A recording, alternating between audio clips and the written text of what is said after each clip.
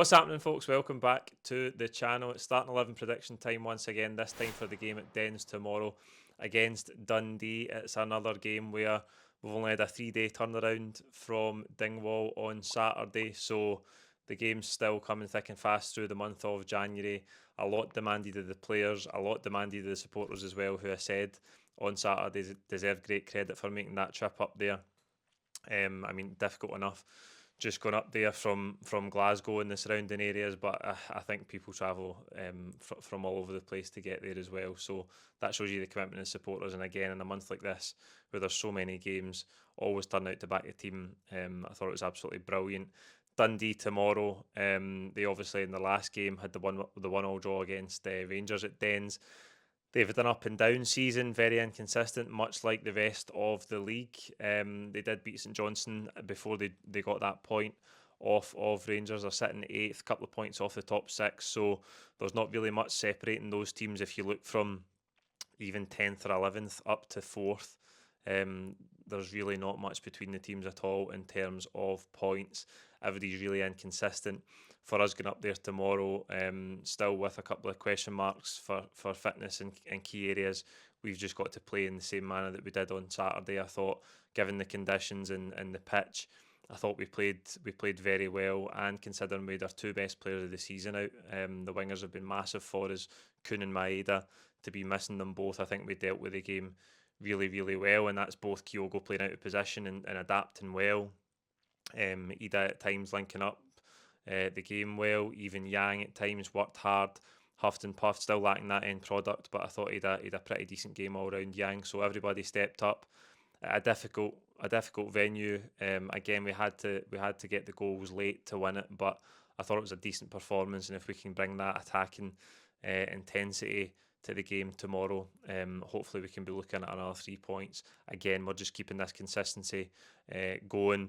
I think the team deserve massive credit for that. On the horizon now, only 2 games away, is that huge clash against Young Boys next Wednesday. So we've got Dundee tomorrow, Kilmarnock in the Scottish Cup at the weekend, and all attention will turn back to the Champions League, and all eyes have been on that game for a while because of the magnitude of it, because of what's resting on it. So again, you're just looking for your big players to really step up and ramp up and start hitting their highest level if they can in time for that game. But again, tomorrow, just about performing to as high a level as we can be. Looking forward to going up to Dundee. Hopefully it's a better outing than the last time we went up to Dundee just before Christmas there with a 0-0 draw at Tannadice. But really looking forward to the game. Let's get to the starting lineup. Obviously, at the weekend, I got it wrong. I thought you might put Luke McCowan out on the right-hand side. I didn't really see Kyogo playing there, but as I say, it worked almost to perfection. I think Kyogo adapted really well to playing in that position. In goals, it'll obviously be Kasper Schmeichel. He'll be disappointed to have lost a goal. I think it was just a wee bit of lazy defending at that time in the game, and obviously he goes the wrong way with the penalty, but he's kept so many, I think 17 clean sheets in the league. We've only played 22 games, so it's a remarkable record. They'll be hoping for another one tomorrow night. Back 4, I'm going Johnston, Carter-Vickers, Trusty and Taylor. Again, I think I got it wrong at the weekend. I went Taylor. Valle started. I thought Valle was good, to be fair to him. I thought he was really good. Maybe I've just put Taylor in because I want Valle to start, because as I say, I don't know how long you need to go back to find me getting the left back position right. There's only 2 of them, so technically I've got a 50% chance of getting them right, but over the last 2 months I think I've got a 0% of them right. So I'm just going Taylor at left back. It could be Vi. I think Vi was good enough at the weekend in the game. Again, all the attributes you've come to associate with him over his time here. I think he played pretty well in the game. McGregor, Engels, and I'm going McCowan in midfield just against his former team. I think he had a good impact in the game at the weekend again. Gets his goal, the 4th goal, shows really nice footwork, and then just slots it past the keeper. I think that might be enough to get him a start. Again, the rotation in midfield has been frequent this season. Again, Hatate coming back in at the weekend. I didn't think he was brilliant. I didn't think he was terrible, Hatate. Bernardo as well on the bench at the weekend. I'm just going to go with McCowan coming back in. I think Engels is doing enough to keep his place in the team. He gets the goal with a penalty after getting the second shot, but it was it was absolutely justified. He got the second shot. The keeper was absolutely miles off his line when he saved that first one. He's involved obviously in setting up the second goal for Kyogo as well, even though it takes a wee nick off the defender. I know a few of you in the comments actually, in response to the full-time reaction, were saying you thought he was going for a cross. Having watched it again on the highlights, I'm certain he was shooting.